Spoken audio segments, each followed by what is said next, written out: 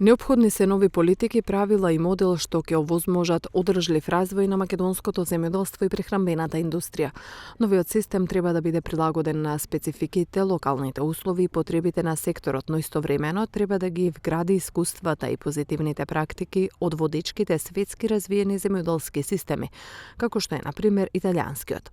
Истовремено новиот систем треба да биде дизајниран да одговори на сите акумулирани проблеми со кои се соочуваат земјоделството и секторот за производство на храна во земјава, со актуелните предизвици предизвикани од COVID-19, пандемијата и со влијанието на климатските промени, кое и понатаму се повеќе се зголемува.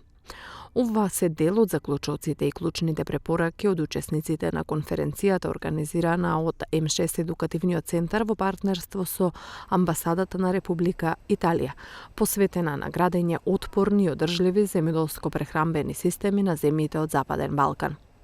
Маурицио Мартина, поранешен министер за земјоделие на Италија, а сега специјален советник на генералниот директор на Организацијата за храна и земјоделство ФАО,